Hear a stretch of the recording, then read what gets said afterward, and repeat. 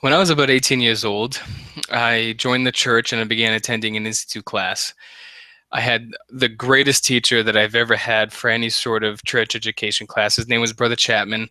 His teaching style was just perfect for me. It helped me to grow my testimony. It helped me to better understand the scriptures and the gospel principles.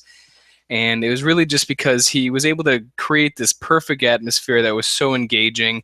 He had humor, he had stories, he had the perfect amount of intensity where it was needed, and it was just so obvious that he was passionate about the scriptures, and that he really loved the students. He loved the class. And one of these lessons, he was teaching us about the commandment to overcome the world.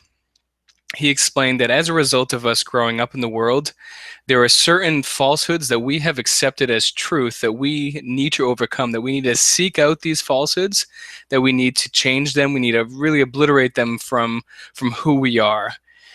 And what I want to explain today is my path or my journey in applying this principle that Brother Chapman has taught me. And the first real discovery of a falsehood that I accepted as a truth came as I was serving as a full-time missionary. I was serving in Arizona. I was talking to one of my ward mission leaders, Brother Chapman. He was explaining his disbelief and how so many couples in the area, they would get into these angry arguments. They would fight. Sometimes they would hit each other even. They would argue, and oftentimes these relationships would end in divorce. And he was explaining because him and his wife never argue. They've never had that. They've had disagreements, but they're able to calmly and respectably talk through those disagreements. And as he was explaining, I was thinking to myself, well, I totally understand where these people are coming from. My parents were divorced when I was a baby. My dad's on his third marriage. My mom's on her second. Both of my sisters have been divorced and remarried one of them. And just the society that we live in, there's always arguments, there's always fighting, there's always divorce, and it's so prevalent right now. And fortunately for me, the Spirit brought to my mind that I need to humble myself a little bit and realize that Brother Chapman, he's taught us that sometimes we believe these falsehoods, and this was one of those falsehoods that I accepted as a truth. I never even questioned to think of whether, arguing or fights or divorce really could not be a part of marriage.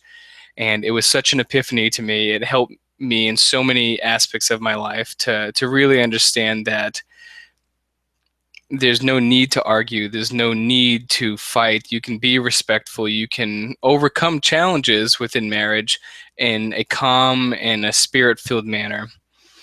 And now I want to explain to you how I have applied this, specifically learning that this was a falsehood, how I have been able to change it in my life.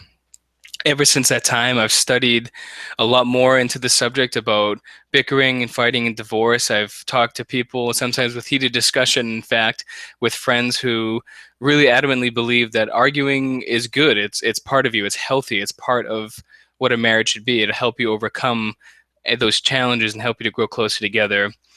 And that's what I used to believe, but now I realize that that is a falsehood. It's a false truth. It's not something that we need. Arguing in marriage and any relationship really, but specifically marriage, is not needed. You can completely overcome it, and I'm a perfect example of that. Before my wife and I were married, we were engaged for about 6 months, and we had a lot of really important discussions.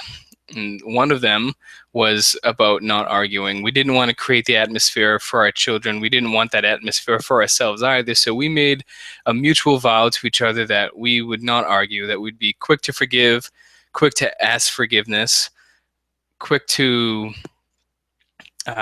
be calm and to be respectful, to be charitable in our discussions, but not quick to anger, not quick to frustration or to arguments. So we made that vow to each other. We've committed that to God. We've prayed about it, and happily, I can say we've been married for 2 years. We have never argued once, and our lives have been so drastically changed. And I have a picture here of my wife and I when we were married for all eternity in the temple. This is just a perfect example of when we do seek out these falsehoods that we've accepted as truths, that we can truly overcome them, that we can be better. And so thanks to Brother Chapman for teaching me about this principle. I'm able to be married for all eternity, to be committed to her always and to not argue. Thank you.